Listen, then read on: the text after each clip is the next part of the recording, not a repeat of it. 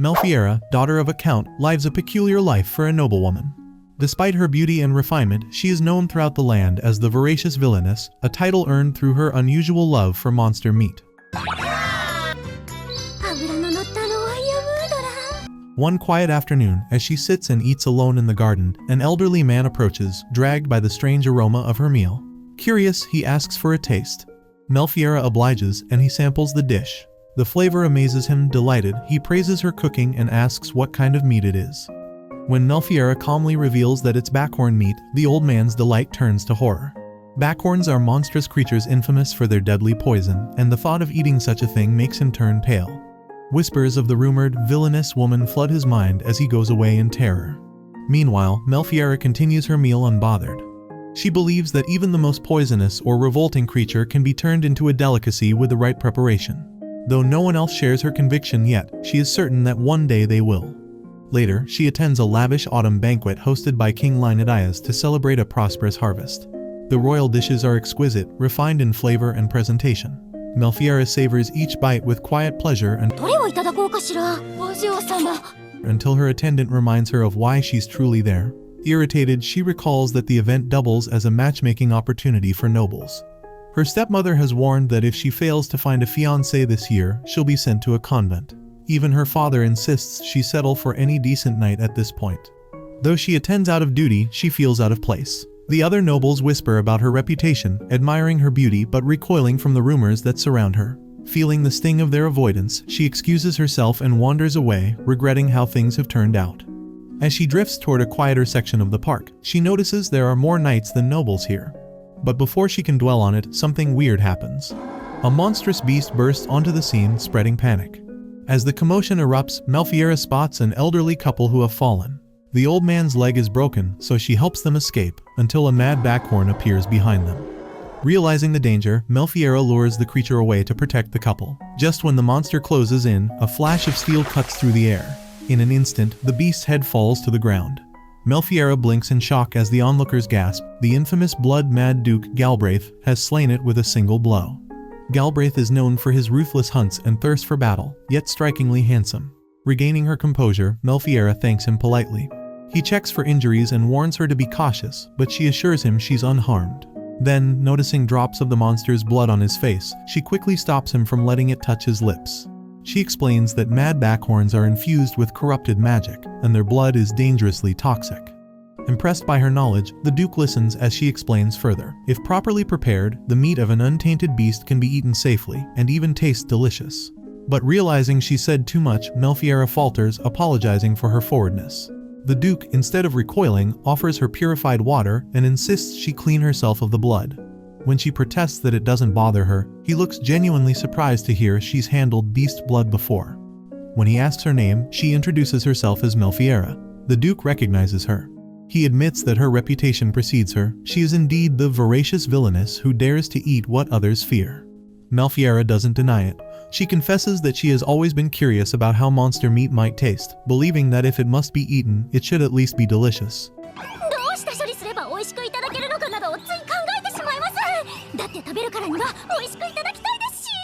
Her frankness leaves the Duke momentarily speechless. Flustered, she tries to soften the moment with a small smile, but to her surprise, the Duke's face reddens slightly. She worries she's offended him, but instead, he apologizes and takes her hand once again, guiding her away from the crowd. Then, breaking the silence, he asks a simple question. Was it truly good? At first, she didn't understand. Then he clarifies he's asking about the backhorn meat. Melphiera hesitates, but decides to answer honestly. The texture, she says, is similar to beef, rich, tender, and surprisingly delicious. Because it is a wild game, Melphiera explains, backhorn meat requires great care and preparation, but once properly handled, it can be roasted or stewed beautifully. The Duke listens closely, noting that as long as the creature isn't maddened, its magical flesh doesn't upset the stomach, making it much like ordinary meat. Melphiera pauses, caught off guard by his genuine curiosity. Memories of the past flood her mind, how others had laughed or recoiled whenever she spoke of monster meat. Yet the Duke listens with interest rather than disgust. For the first time, she feels truly heard. She explains that to make monster meat safe for consumption, the residual magic within it must be removed during the bleeding process. Then the Duke says her name and asks if she would ever prepare monster meat for him. The question leaves her speechless. No one has ever asked her for such a thing before. She cautiously asks if his body can handle it. Eating the flesh of maddened beasts often carries great risk, she warns, as the toxins can cause serious harm. The Duke smiles and assures her that he is perfectly fine. Encouraged, Melphiera explains that if the creature isn't maddened, its meat can be enjoyed just like a normal animal. It can be grilled on skewers, made into sausages, or prepared in countless ways. Her enthusiasm makes the Duke's expression soften into something both unsettling and eager. He admits he can hardly wait to try it all. Before long, they arrive at House Galbraith Pavilion. Melphiera admires its rugged beauty and remarks that it's a marvelous place. The Duke urges her to make herself at home. The butler greets them warmly. The butler introduces himself as Chaos, and the Duke instructs him to bring Melphiera a change of clothes. While waiting, Melphiera's gaze drifts to the weapons displayed across the pavilion: swords, spears, and trophies from hunts. The Duke gestures toward a basin, telling her she can wash her face and hands there while she waits. She protests that he needn't trouble himself, but he insists. When she urges him to wash first instead, the Duke casually removes his shirt. Melphiera's breath catches. She's seen hunters and knights wash before, but watching him feels entirely different. The Duke notices her silence and asks what's wrong. Flustered, she blurts that his physique is impressive. Trying to recover, she quickly adds that with such arms, it's no wonder he could behead the beast so cleanly. The Duke frowns slightly, thoughtful, as if recalling the strike, and acknowledges her compliment with a quiet hum. As he washes the blood from his hands, Melphiera joins him, rinsing her own. Watching him move with practiced ease, she wonders if she could ever learn to fight monsters herself. He tells her it's possible with training, but that her slender arms aren't suited for swinging a blade. She should leave the fighting to him, he says confidently. Then, he asks if there's any creature she wishes to try and promises to hunt it for her. Melphiera's eyes light up. The great forest, she thinks, is a paradise of monsters. The thought of tasting such creatures excites her. The Duke watches her expression soften and gently wipes a smear of blood from her cheek. She thanks him, and when he finishes, she insists on returning the favor, carefully dabbing the blood from his face. Just then, Chaos enters, freezing at the sight of the Duke half-dressed before a young lady. His eyes widen in horror as he scolds his master for indecency. The Duke quickly explains that he merely removed his shirt, but the butler insists that even that is improper before an unmarried noblewoman. Both Melphiera and the Duke flush red. After some time, Melphiera changes into the dress Chaos brings, a borrowed dress, the Duke explains, from the Queen herself. It fits her perfectly, elegant and graceful. Then the Duke presents a freshly severed monster head as a trophy. To everyone's astonishment, Melphiera's eyes gleam with admiration rather than fear. She praises his skill, wishing she could hunt with the same mastery. When it is time to leave, the Duke escorts Melphiera back to her carriage. She thanks him sincerely for saving her life, believing this will be their farewell. But the Duke smiles and promises they will meet again, and that next time he'll bring her a gift. Melphiera smiles shyly and tells him to be careful. He promises he will, adding with a teasing edge that for her, he will slay a royal moodle. The mention of such a rare beast makes her blink in surprise before she catches herself, scolding her own excitement. She suggests that if he truly means to hunt one, it would be best to capture it alive. The meat is more tender that way. As the carriage is prepared, Melphiera reflects on how different the Duke is from his fearsome reputation. The blood-mad title, she realizes, hides a man who is kind, composed, and far more considerate than gossip suggests. Before she departs, she offers him a small basket of jerky made from scats, a beast native to her father's lands. She assures him it's safe, carefully prepared to remove all toxins. The Duke accepts it eagerly and, despite Chaos's protests about possible poison, takes a bite. The rich umami and sharp flavor make his eyes brighten. He laughs softly, remarking that it's truly delicious. She, in turn, feels a deep, quiet surprise. For so long, others have looked at her with fear or disgust. Yet this man accepts her as she is and even celebrates her passion. As the carriage begins to roll away, Melphiera looks back at him. The Duke meets her gaze, his expression warm and steady. When he asks why she looks so reluctant to leave, she admits softly that she doesn't want to say goodbye. He smiles faintly and promises that their conversation will continue another day.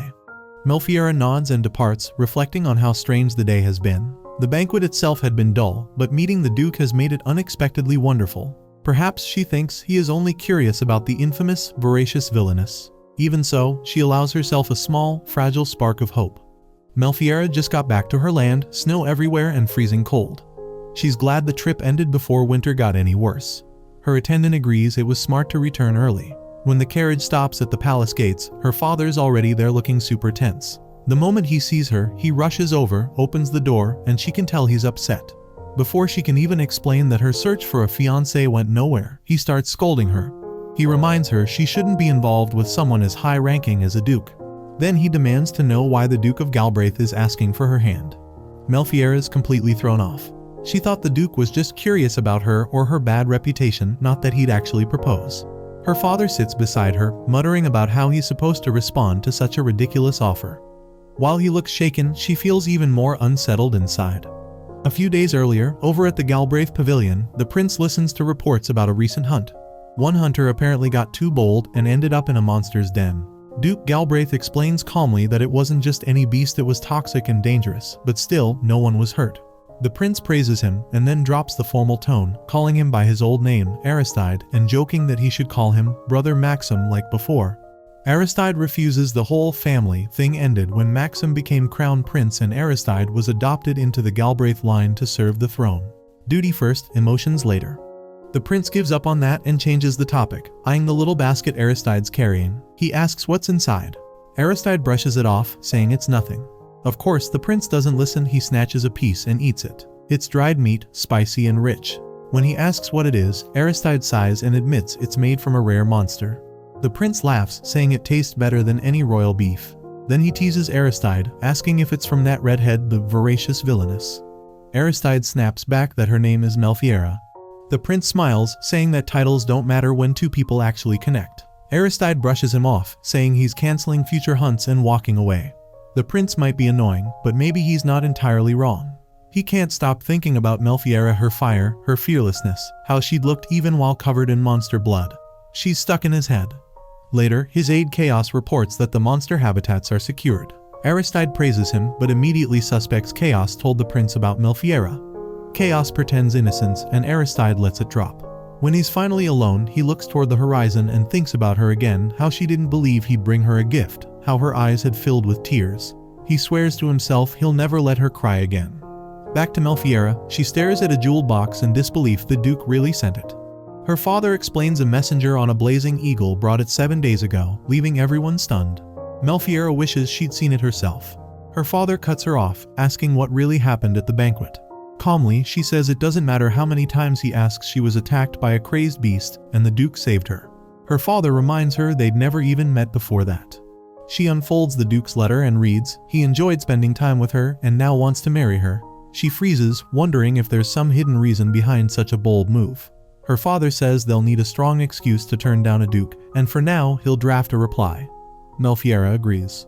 Later, after a bath, she looks in the mirror holding the letter again. The name, Aristide Roger du Galbraith, looks beautiful in his elegant handwriting. Her father was right, they barely know each other. All they'd shared was a brief chat about monster meat. Then it hits her, maybe that's what this is about. He has no one who understands his weird food obsession. Maybe she could be that person, someone who gets it. As she closes the letter, but then new words appear, the Duke complaining that the evening after she left was painfully boring, and that his clueless aide ate the jerky she'd made. The Duke's letter says he's planning to visit before winter gets worse on the 18th. Melphiera reads the date and freezes because that's tomorrow. Her father looks just as shocked. Back in her room, she keeps replaying her father's panicked face, but can't really blame him, she's just as anxious. Her heart's pounding at the thought of seeing the Duke again. Is he really coming to propose, or is it just about the monster meat? Either way, there's no point stressing. She looks at her late mother's portrait, whispers that the Duke might actually be serious, and wonders if he'll understand the value of their family's work. Her mother's old words echo in her head to help those who struggle through these harsh, frozen lands. Melphiera reminds herself that she's carrying that mission forward. She's going to make Monster Me the best it can be.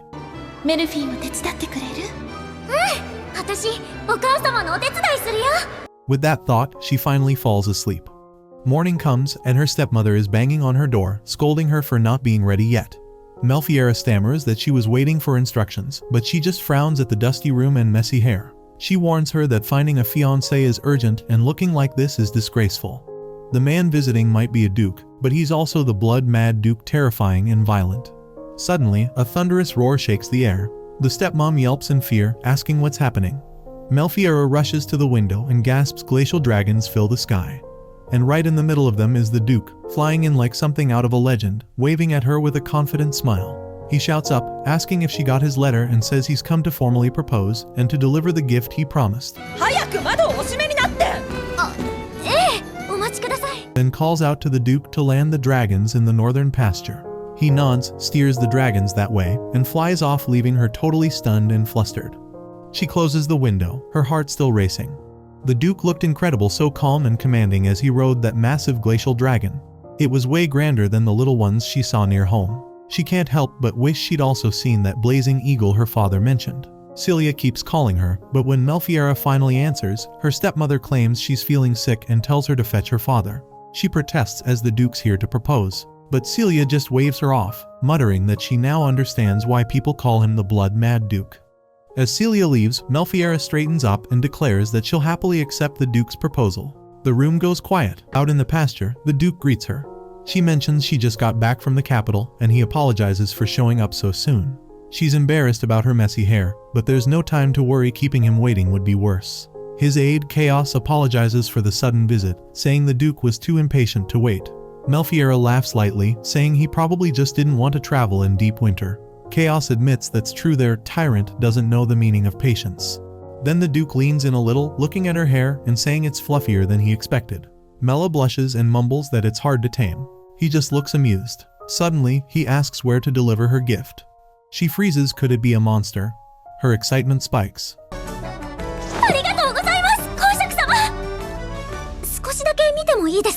He actually brought one.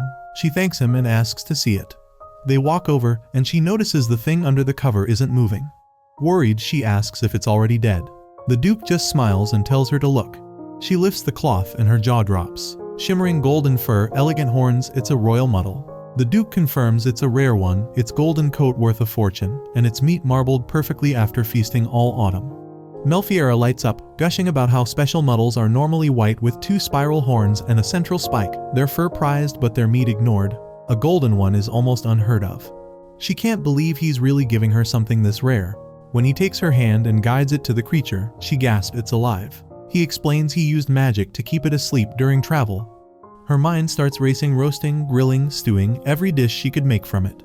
She hides her flustered face, thanking him from the heart. The Duke looks pleased, and even Chaos smiles at the sight. A little later, her father arrives, thanking the Duke for coming such a long way. The Duke apologizes for arriving without warning, saying he wanted her answer before winter deepened. Melphiera suddenly remembers why he's actually here to propose. She asks her father to let the Duke's dragons hunt in the nearby Bart Mountains, and he agrees. When he notices the royal muddle, he asks if it's dragon food. Mela quickly explains it's for her, and that the Duke wants to try her cooking. She also takes the chance to ask for approval to open her research facility. Her father hesitates but agrees. The Duke then says he already knows about her reputation, the villainous glutton talk, and that he doesn't care. He's proposing anyway. Her father is stunned by his honesty. The Duke mentions he should take care of the muddle before it wakes, shocking the Count when he realizes it's alive. Melphiera laughs, and the Count admits the gift is both dangerous and precious. The Duke smiles, saying he selfishly wants to taste monster meat himself, and asks to watch her cook it. Her father agrees, giving them full permission to use the facility. So, the Duke and Melphiera hop on a dragon together. When it lets out a roar, she comments that it sounds kind of cute. As they approach her research facility, Mela's nervous but excited. From above, she looks down at everything she's built, her mother's legacy, her dream, and hopes the Duke will truly understand her love for monsters and the meaning behind all her work. As they flew through the freezing air, the Duke looked calm and confident, while Melphiera tried to hide how nervous she was. Beneath her polite smile, she was panicking a little, because once he saw what she'd been hiding, he might never see her the same way again. When they landed, the Duke immediately noticed the glowing magic circle carved into the stone floor. Melphiera explained that it was her mother's design, one she'd improved herself for monster extraction. She led him further in, showing him a cloudy quartz flask sitting among her tools, a vessel that could draw both magic and blood from beasts. The Duke studied it, clearly impressed, as Melphiera explained that it could change shape depending on her magic. Then, her voice dropped as she asked if she could watch him behead a monster again. The Duke paused, then agreed. She admitted she couldn't handle the royal muddle's size alone, so he called his knights over.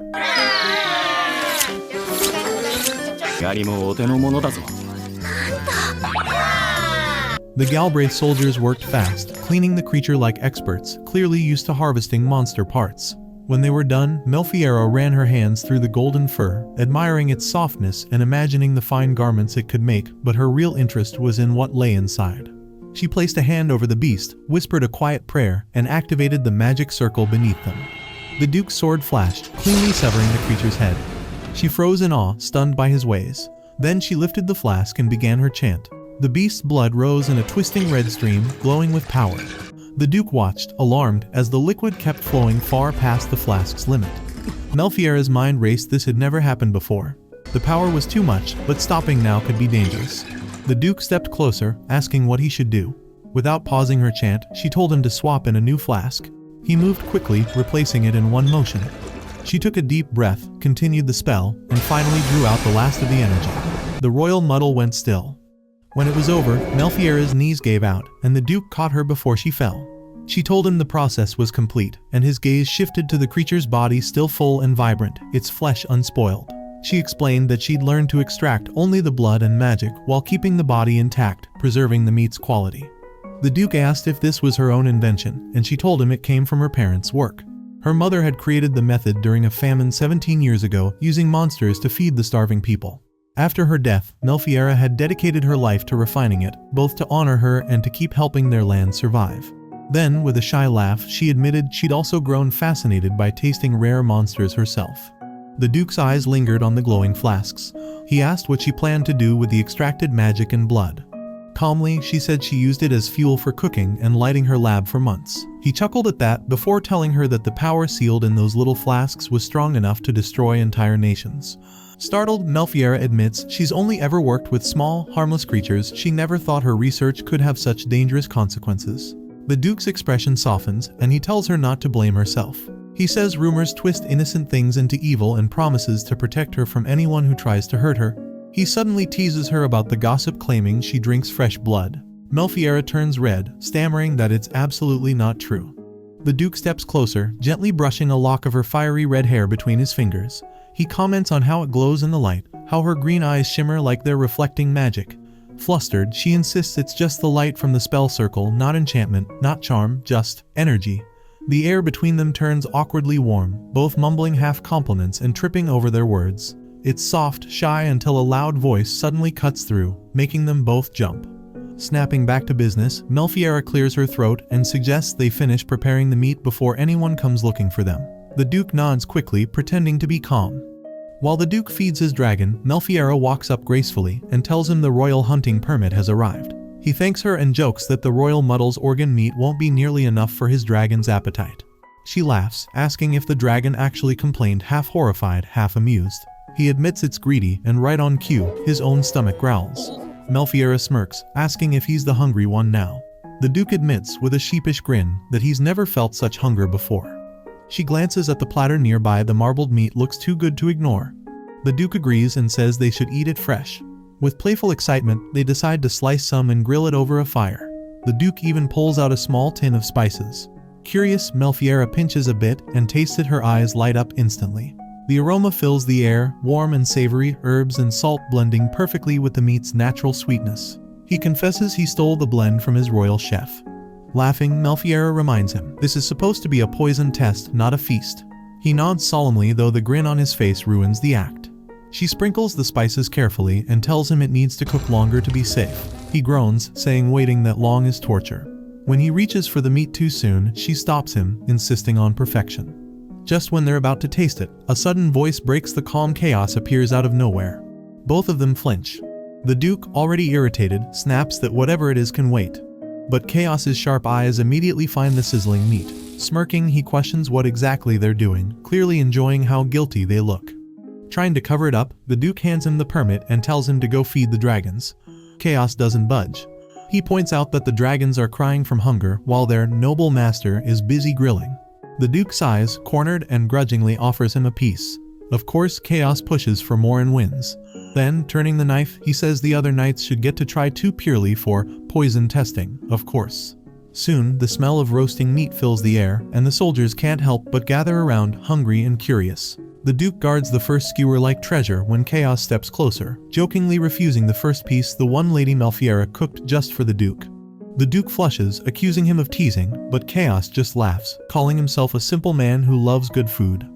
Finally, Melphiera hands Chaos a piece to taste. He takes a bite and freezes. Then his eyes widen. The meat is unbelievably tender, rich and juicy, with no trace of that rough monster flavor. Melphiera beams with joy while the Duke groans, dying to try it himself but pretending to worry about toxins. He demands to know if Chaos feels any strange effects, and Chaos assures him it's fine. Still, he points out that magic poisoning can hit later.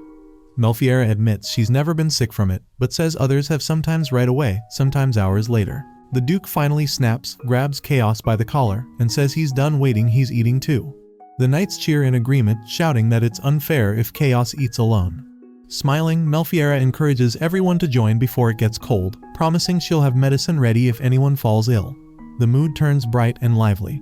The soldiers dig in, amazed at how flavorful it is. The Duke is just as stunned, saying he can't believe monster meat could taste this good. Melphiera explains how the muddle's herbivore diet gives the meat a fruity richness, and how cooling it slightly keeps the juices locked in. The Duke praises her as a genius, but she shyly credits her mother's research.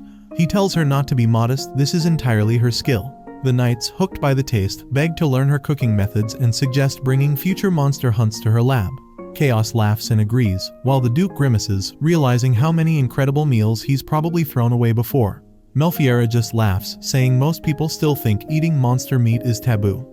When the crowd finally quiets down, the Duke reaches for another piece and freezes when Melphiera softly calls his name. He quickly pretends he wasn't overeating, muttering something about still having dinner later. She just smiles and invites him to follow her to the lab. Inside, the Duke's eyes widen. The place is massive, packed with tools, notes, strange equipment, and glittering materials. Melphiera apologizes for the mess, but he shakes his head, saying it's exactly what he imagined a scholar's lab should look like. His gaze lands on some spiked traps, and she explains they're for catching monsters alive. He's impressed by her creativity. As she brews tea, he asks if the knights help her hunt. She says sometimes, but often she works with local hunters or alone. That surprises him. He asks if the townsfolk or her father oppose her work. She says they don't outright stop her, but they avoid talking about it. Many of them still believe eating monsters is wrong, even though her mother once saved their lives during famine by doing exactly that. The Duke nods, saying it's all because of animism, the belief that monsters are sacred and shouldn't be eaten. Melphiera admits she's not brave, just determined to keep her mother's legacy alive. He then asks gently why she keeps pushing forward when everyone refuses to acknowledge her. She looks down and quietly mentions the tragedy from 17 years ago. The Duke's eyes darken, he remembers it too. It's the reason he was adopted into another noble house. He takes her hand softly and leads her to the sofa, saying it'll be easier to talk there. Once seated, he urges her to tell him how she became known as the Voracious Villainess. Caught off guard, she hesitates, but he reminds her of why he came, not for duty, but for her. He tells her he already knows much about her family's past. She admits her reputation would make her a burden in high society. But the Duke shakes his head, saying he doesn't want her to stop her research. If she joins the Galbraith family, she'll have all the freedom she needs. Then, his gaze softens as he says he doesn't just want to understand her work, he wants to know her and her heart. Melphiera freezes, stunned. He continues, calling himself the blood-mad Duke, a man soaked in monster blood, unworthy of his title, and asks if she's afraid of him. Her heart pounds, and in that moment, she finally understands. When he said he wanted to know her better, the truth was exactly what he meant. When the Duke asks her what she truly thinks of him, Melphiera freezes. She pulls herself together and says she's never found him frightening, that he feels gallant, even handsome. When he softly asks if she's sincere, she promises she's honest and sure anyone would agree, but his shy reaction makes her doubt whether she said the right thing. Trying to recover, she praises his hair, likening it silver gray to moonlight. He shrugs it off as dull. Still, she confesses that his amber eyes glowing gold with magic in battle made her heart race. He tells her the color comes from his power, the sight, and asks whether that unsettles her. She immediately says no, remembering how his golden stare burned as he felled the backhorn. He wonders if she's simply idolizing the moment, but she insists it's his intensity she can't forget. Her words soften him, and he admits he's relieved so long as it doesn't trouble her.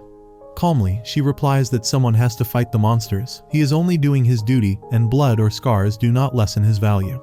When he admits he isn't refined, she points out that his strength brings peace to the people of Galbraith and to far-off places beyond its borders. When he awkwardly asks what she thinks of him as a fiancé, her father's voice rings in her head, saying a night would have been enough, and a Duke seems beyond anything she expected. She's absorbed in her studies, rough around the edges and indifferent to courtly polish. Beside him she'd appear wanting. All she's ever wanted is uninterrupted work. Still, if her father approved, living with the Duke would feel like paradise, and she scolds herself for sounding so calculating. Regaining control, Melphiera concedes that he's admired by many noblewomen, while she stands before him reviled as a voracious villainess. If they were to wed, his people would likely never accept her. The Duke, however, assures her his people would welcome her, leaving Melphiera momentarily speechless. He then asks whether she knows the Urzani woods. She remembers it as a vast, monster-choked forest within Galbraith. He agrees she's right to call it a trove of beasts. No matter how many he slays, more arise. He explains that when monsters breed unchecked, the land soaks in magic until it becomes toxic, driving the creatures mad, an endless cycle that forces him to keep hunting. That, he says, is the fate attached to the Galbraith name. Melphiera hears the weight in his voice and speaks softly, but he continues, monsters have always been mere curses to him. Still, hearing her speak so eagerly about devouring them, and watching her prepare a grand royal dish surprises him. Her way of seeing things is unlike anyone he's ever met. While the people of Galbraith occasionally consume monsters, none have ever considered completely extracting their magic before doing so. Melphiera admits that her research is her only real strength. But the Duke rejects that notion, recognizing her ability to transform dangerous monsters into valuable resources as something exceptional and vital. He assures her that her work will be welcomed in Galbraith. The idea that even a so-called voracious villainess could make a meaningful contribution. The Duke promises that under his protection she will want for nothing. He will shield her from malice while urging her to use her knowledge for the good of his people. Overwhelmed by gratitude, she resolves to accept his offer completely. Knowing that his generosity is saving her in ways she can hardly understand and feeling unworthy of such kindness, she gathers her courage. When the Duke reminds her that he dislikes indirectness, Melphiera quickly and assures him of her acceptance. She admits that her life revolves around research, that she lacks the grace or refinement expected of a noblewoman. Yet, she can still support him by preparing the monsters he hunts so that none of their worth is wasted. She offers him flasks to aid in his hunts, declaring that this is all she can contribute. And if that is enough, she asks him to grant her the honor of marriage. They are suddenly interrupted by Marchalrayd Knight Captain Claude, who announces that the mansion is ready and that the Count awaits them in the drawing room. The Duke acknowledges the message, and as they prepare to leave, Claude quietly advises Melphiera not to discuss matters of the land or her research with anyone unfamiliar before leading them onward. Watching this, the Duke realizes Claude has been aware of his every movement, always observing him closely. Given the notoriety of the blood-mad Duke proposing to the Count's daughter, such vigilance is unsurprising, and the Duke understands the man's caution. Later, when they meet with Count Marchalrayd, the Count asks whether the Duke is truly certain of his decision. The Duke assures him that the Galbraith family would be honored to welcome such an extraordinary daughter into their line. The Count expresses his relief but hesitates, recalling the incident at the banquet. The Duke dismisses it as nothing more than a tedious evening, explaining that when the beast appeared, he merely acted on instinct. However, how Melphiera had looked at him moved him, not with fear or disgust, but with calm acceptance. The Count laughs softly, and the Duke admits he himself is surprised that she might truly accept him as he is. He concedes that the proposal may seem sudden, explaining that a meddlesome relative has been pressuring him about marriage. The Count nods knowingly, recognizing the situation. When the Duke asks him to sign the contract, the Count hesitates, mentioning his daughter's unusual fascination with monster flesh. The Duke immediately reassures him that it's no problem at all. As the Count signs the document, he still appears uncertain, prompting the Duke to ask if something else is troubling him. The Count admits he's simply grateful that someone has taken an interest in his daughter. But the Duke firmly corrects him that what he feels for her is desire. Intrigued, the Count leans forward and asks why a man from a family known for adopting heirs would suddenly seek a fiancée. The Duke acknowledges the fairness of the question and answers plainly. There is something about Melphiera that draws him in completely. The Count's expression softens as he speaks of his daughter's circumstances. In a land where animism dominates, her unconventional beliefs and research have made her an outcast. If nothing changes, the Count will be forced to send his daughter to a convent not out of cruelty, but because his position as Count demands it. He admits that, though he is her father, he cannot shield her from the scorn of society. Once Melphiera becomes part of the Galbraith family, he vows to protect her with everything he has, assuring the Count that he can rest easy. 10 days after the Duke's return, Melphiera is busy packing her belongings in preparation for her move to Galbraith's lands. At his request, every piece of her research and equipment from the facility is to accompany her, and he has even assigned knights to help with the transfer. As she works, her thoughts drift to their recent engagement. She recalls examining the contract that binds them. The Duke calmly explains that it is a sacred vow, a spell ensuring that their engagement can never be broken. It is, he says, his way of honoring her sincerity and determination. He only warns her not to let chaos know, as he would surely complain. Then the Count steps in as he declares their engagement official. The Duke acknowledges it with a simple nod, but the Count hesitates before making a cautious request that the Duke never mention a certain matter to Melphiera. It is the Count himself who has spread the rumors branding his daughter a voracious villainess, all to protect her from those who might exploit her research for darker purposes. The Count admits he may have gone too far. Though the Duke understands his intentions, he calmly asks that such actions never be repeated, addressing him as father. When Melphiera curiously asks what they are discussing, both men exchange a quick glance and brush it off as nothing.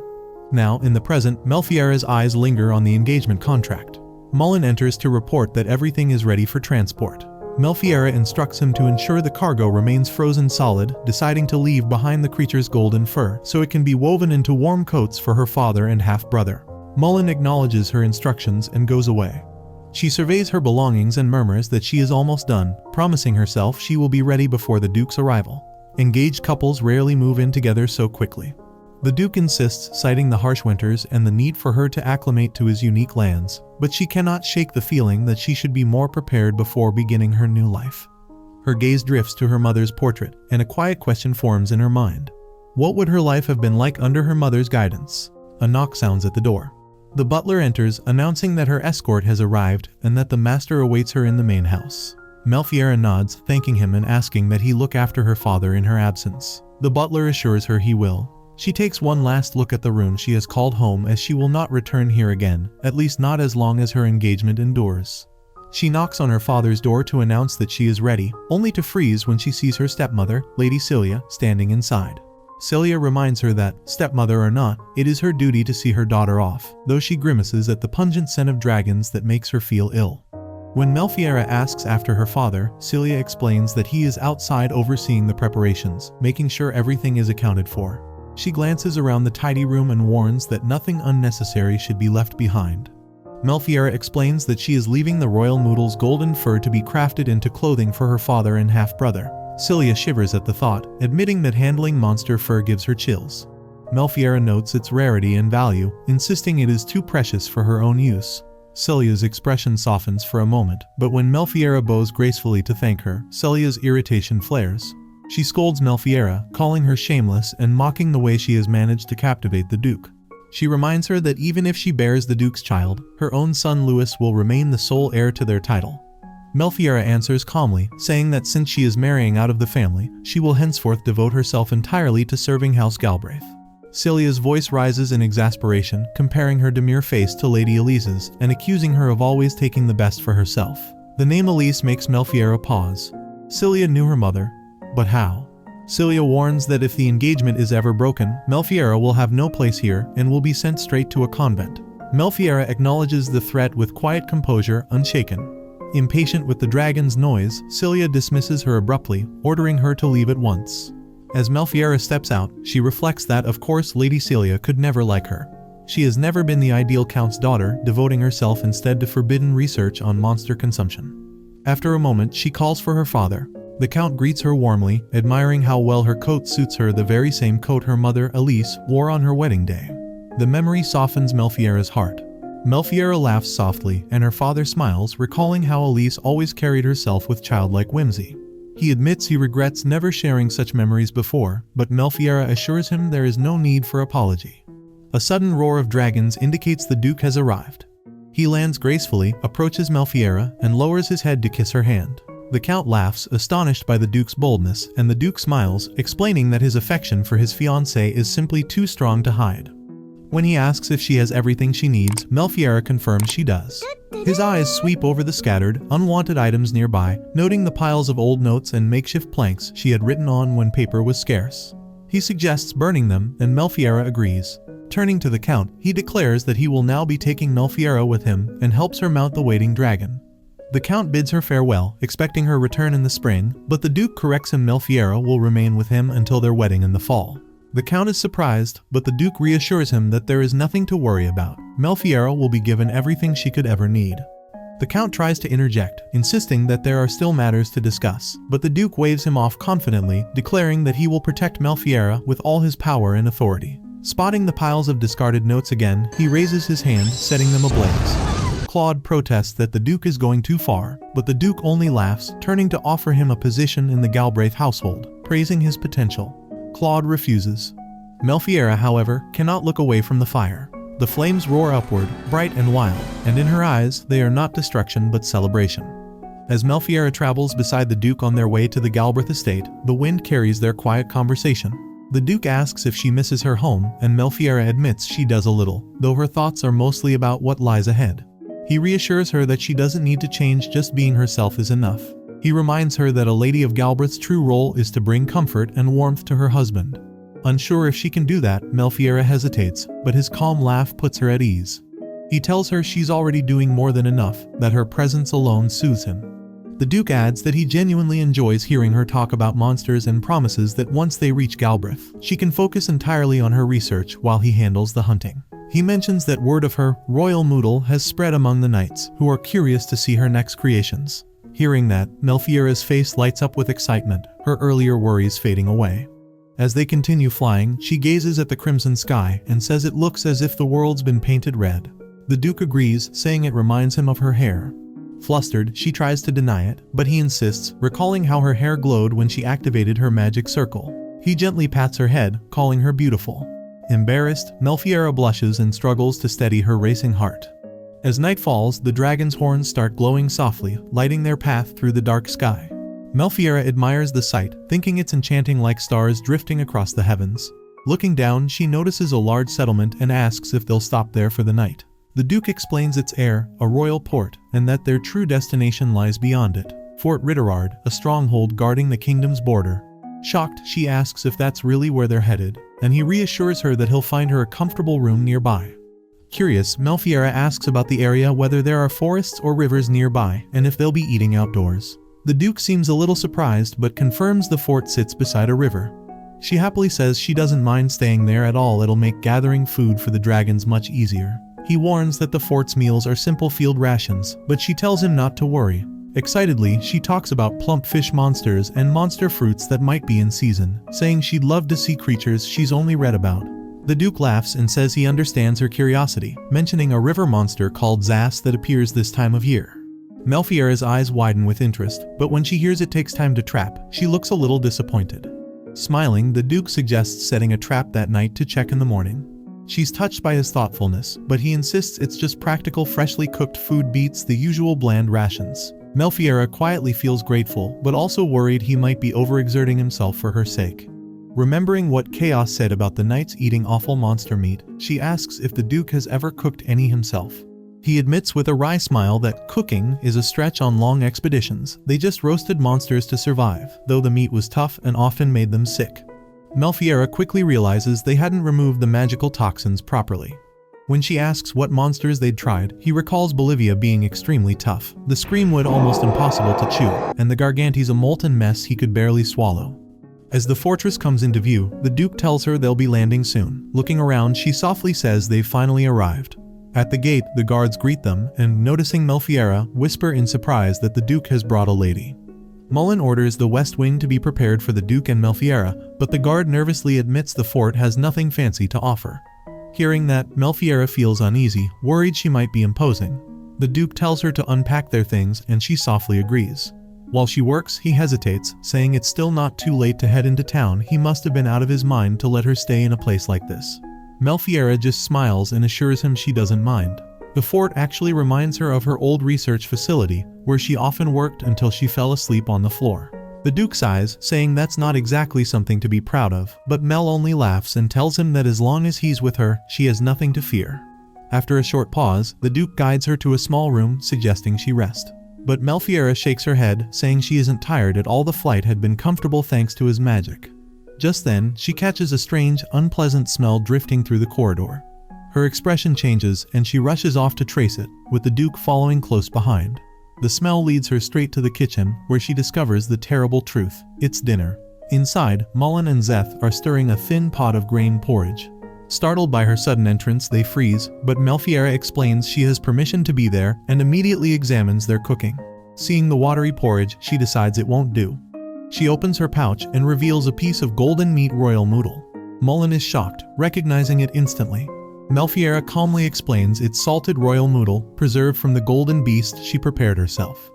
When Mullen hesitates, asking if she's sure about using something so valuable, she smiles and says it's fine.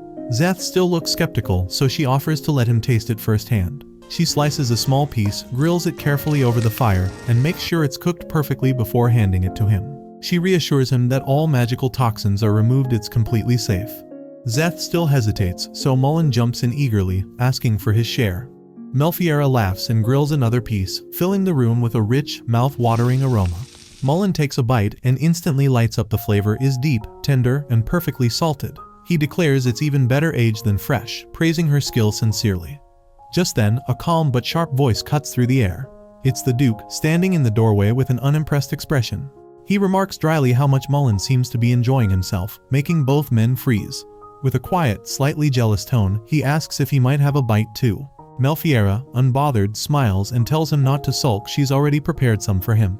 He insists he isn't sulking, though his glare at Mullen says otherwise. When she offers him a freshly grilled piece, he refuses, still brooding. Amused, Melphiera decides to coax him like a stubborn child. She teasingly tells him to say "ah," but he doesn't move. Then she blurts out his full name, Duke Rest, just like a nanny scolding a child. Caught off guard, he blushes slightly, and in that instant, she pops the bite into his mouth. Pleased with her small victory, Melphiera asks how it tastes. The Duke replies simply, "sweet." She laughs, explaining that it's just the natural flavor of the fat when cooked right, and asks if he likes it. He nods in approval, and Mullen and Szeth exchange relieved looks now that his mood has lifted. When Szeth finally finishes his share, Melphiera asks what he thinks, and he admits it's delicious. Happy with the result, she quickly takes charge, asking them to help with the next batch. She tells them to cut the meat into small pieces while she sorts the grains, and they immediately obey. By dinner time, the whole fort smells amazing. The soldiers are amazed by the flavor, wondering what kind of meat it is. When they hear it's royal noodle, the golden beast, they're stunned. Melphiera smiles softly, happy to see everyone enjoying the meal. The Duke praises how well the dish brings out the meat's natural aroma and asks if she did anything special. She modestly says she only diced and fried it gently. Then, to her surprise, the Duke offers to feed her himself.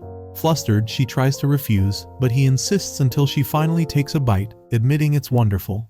Laughing nervously, she says she can handle the rest herself as the Duke watches with quiet amusement. After dinner, the Duke keeps offering Melphiera bites, leaving her flustered. When the meal ends, he asks her to speak to him less formally. She's momentarily unsure but manages to say his full name instead of his title. He seems pleased and explains that most engaged couples use each other's names or gentle endearments. The thought makes Melphiera think of her parents, who always spoke naturally to each other. Though it feels strange to change her habits, she softly repeats his name, practicing. The Duke chuckles and suggests she could even use a nickname. As she says his name, a faint golden glow spreads through his eyes. Alarmed, Melphiera calls for help. Mullen rushes in, worried, and the Duke reassures them it's just a brief loss of control over his magic. Still, Melphiera worries the monster meat she served him might have caused it. Mullen examines him carefully and explains there's no real danger, his magical reserves are immense, far beyond a normal person's. Temporary surges happen, but once he releases the excess power, he'll stabilize. Watching him straighten up, Melphiera sees his composure return. The Duke dismisses their concern and announces he'll hunt the creature the next day to expend his overflowing magic. Mullen immediately volunteers to accompany him. As they leave, Melphiera can't stop thinking about his glowing eyes. She realizes the Duke's magic is far greater than ordinary humans, powerful enough that it must be released or it could overwhelm him. Humans and monsters both carry magic, but too much buildup in monsters turns it into toxins, corrupting their bodies and driving them insane. If humans can't tolerate that accumulation, could the Duke suffer the same fate? The thought brings a painful memory back, her mother's death. Melphiera remembers standing beside her mother's bed as a child. Her mother, weak from uncontrollable magic, reassured her not to cry. When her mother died, townspeople whispered she'd been poisoned by monster meat. Melphiera knew the truth. Her mother had suffered from an incomplete magic circle. The accumulated power from monsters had turned into toxins her body couldn't handle. Humans are fragile, magic overflow destroys them from within long before madness takes hold. Watching her mother helplessly, Melphiera had vowed she would never let such a fate strike anyone else. Now, seeing the Duke, that resolve burns anew. She silently promises to perfect her research so no one else will suffer from uncontrolled magic, not while she still draws breath. The next morning, she wakes to find the Duke's coat draped over her. Memories of the previous night remind her that she must have fallen asleep pacing, worrying about him. Her face flushes at the thought that he carried her to bed. Gathering herself, she rushes through the fort until she finds him calmly drinking morning tea. Relief washes over her. When she asks about his condition, he apologizes softly, insisting his magic hasn't caused harm. He then draws her into a gentle embrace, teasing her that he's perfectly fine. She notices how cold his skin feels. The chill betrays his words. He explains he went to the river in the freezing night to catch the creature. Realizing this, she scolds him softly, worried he might fall ill, but he smiles calmly, saying her care is enough to keep him warm. As she thanks him for lending his coat, he leans closer, suggesting they step outside together to see the catch, leaving her cheeks flushed with embarrassment and affection. Early in the morning, Melphiera finally asks the Duke the question that's been on her mind, and he confirms that the captured creature is still alive, safely trapped in the metal net. Amazed, she realizes there's no chance of going back to sleep, so she decides to start preparing the monster right away. The Duke agrees to help, but when she reminds him he hasn't slept all night, he just smiles, saying being near her makes him feel calm. When he gently brushes her hair, her heart skips a beat, and she turns away in embarrassment, saying she hasn't even cleaned up yet. But he teasingly replies that he's the one who's dirtier, then pulls her into a warm back hug, his voice low and playful. Hearing him softly call her name leaves her flustered and breathless until Szeth suddenly appears at the doorway, clearly startled by the scene. Melphiera quickly regains her composure to greet him, though Szeth awkwardly avoids their eyes, leaving the room in tense, embarrassed silence. Once everyone gathers, Melphiera announces that it's time to cook the creature. The knights and servants look uncertain, but the Duke just says he's hungry. Calmly, Melphiera asks for oil and flour to make batter. Szeth volunteers to fetch them, and she thanks him with a smile. Later, she returns with sheets of oil paper covered in magic circles, explaining that she'll use them to extract the creature's magic power since water would wash away any circle drawn on the ground. The Duke finds the idea clever. At the river, he orders the knights to pull up the heavy net, but warns them to stay cautious since the monster fish is still dangerous. When it finally breaks the surface,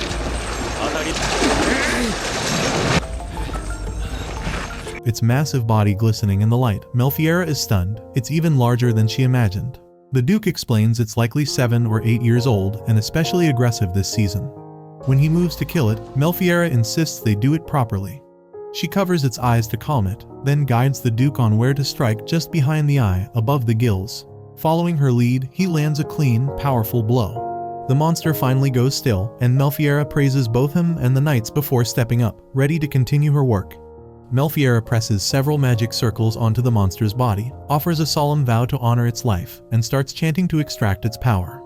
As the seals activate, her hair suddenly glows red, and the creature's magic essence flows into a waiting flask. She notices there's barely any blood, but that the magic feels dense and potent, and can't help feeling a bit self-conscious about the glow drawing attention. When the ritual ends, she hands the filled flask to the Duke, while the knights remove the paper seals. Thinking ahead, she admits she can't always rely on him for butchering, and asks him to teach her how to properly behead and process monsters. The Duke, amused and eager, agrees, saying he enjoys cooking monsters with her, making her cheeks flush. Melphiera reflects on how she used to work alone back home, never sharing this kind of teamwork with hunters or knights. She then suggests chopping off the head and removing the skin with the scales attached. The Duke asks for guidance, and she instructs him to slice diagonally from behind the gills toward the dorsal fin. Though he says it's an awkward angle, his strike is swift and clean, severing the head in one motion. The knights cheer, and Melphiera praises how precise and neat the cut is. Even Mullen admits he is impressed. When the Duke overhears them admiring him, he turns red, and Melphiera hides a smile, finding his shy reaction endearing. As evening falls, she moves on to removing the organs, noting they aren't suitable for eating. The Duke agrees and uses fire magic to burn them away. Mullen explains it's a spell the Duke invented to help with monster disposal, and Melphiera nods, impressed. When they return, Szeth tells them the fortress kitchen can't be used for monster meat, so they'll need to cook outside. Melphiera agrees it's better anyway since frying gets messy. She asks who's good at cleaning fish, and Ambry steps forward, saying he's handled delicate furs before.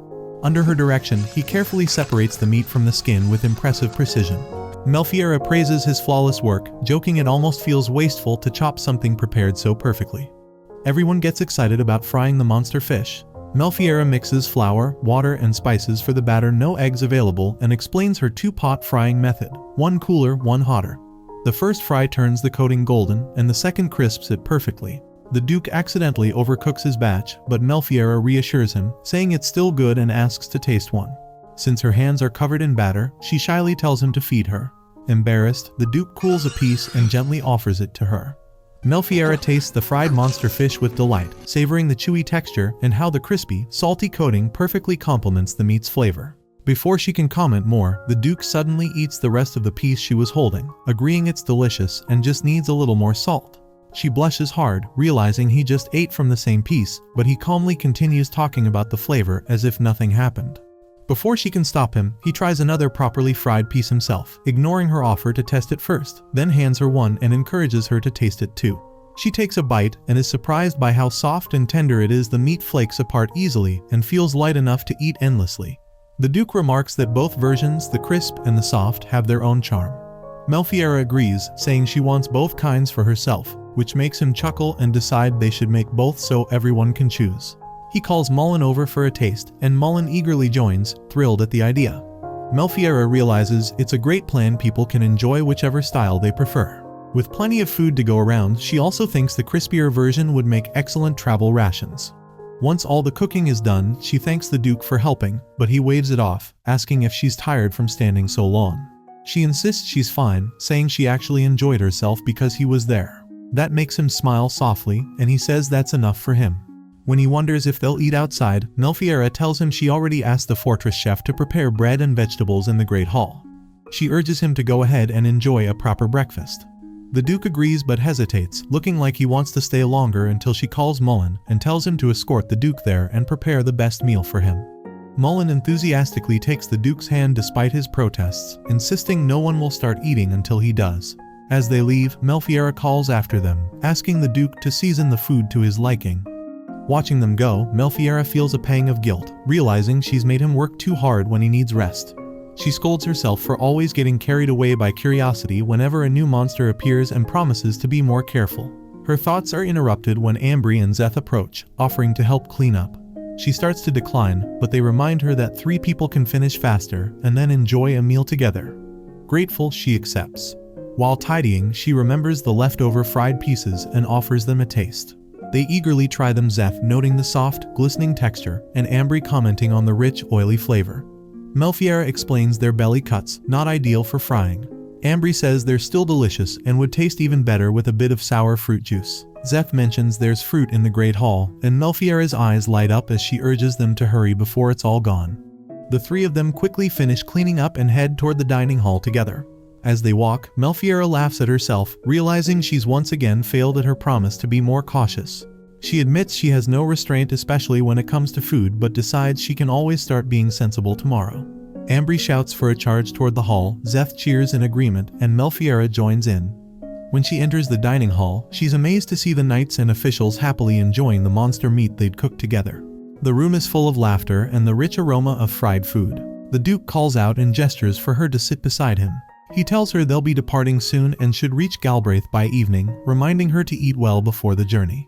She agrees and tells him to do the same. The Duke wraps vegetables around pieces of fried fish before taking a bite, catching her attention.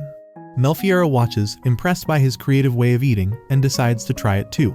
The fresh crunch of the vegetables balances the rich flavor of the fish perfectly, and she's surprised by how light and clean it tastes. Just then, Zeth approaches with a small green fruit, explaining it's cabo, the one they'd mentioned earlier. It's in season and known for its sharp, refreshing flavor. Melphiera examines it curiously, then squeezes a bit of juice over a fried piece. The moment she takes a bite, she's stunned by how the sourness cuts through the rich fat, making every mouthful bright and refreshing. She immediately thinks it's perfect for anyone with a tired stomach or small appetite. The Duke, watching her enthusiasm, asks if it's really that good. She smiles and asks if he likes sour flavors. He admits he isn't sure, he only has them occasionally while drinking. Curious, he tries the cabo himself, but the strong sourness instantly hits him. Concerned, Melphiera leans forward, asking if he's okay. He laughs, saying it's fine, though it's definitely an intense way to wake up. Amused, Melphiera quietly notes to herself that the Duke doesn't like sour foods and promises not to make that mistake again. As the hall buzzes with cheerful chatter, the Duke gives her a soft smile, saying he truly had fun with her that day. Later, when the group begins preparing to leave, Zeth reports that they've made sandwiches so everyone can eat during the flight. Ambry adds that they salted and froze the leftover meat under Melphiera's instructions. She thanks them warmly, glad the food will last longer. Seeing everyone's happy faces, she feels deeply content. The Duke then calls to his knights, reminding them the trip to Galbraith will be long and to stay alert. The knights respond confidently as they mount their dragons, the wind swirling around them. With everything ready, the Duke turns to Melphiera, announcing their departure. She nods firmly, addressing him with respect. Together, they rise into the sky, finally on their way to Galbraith. That concludes the anime recap. As always, if you enjoyed, let me know down below and I'm out.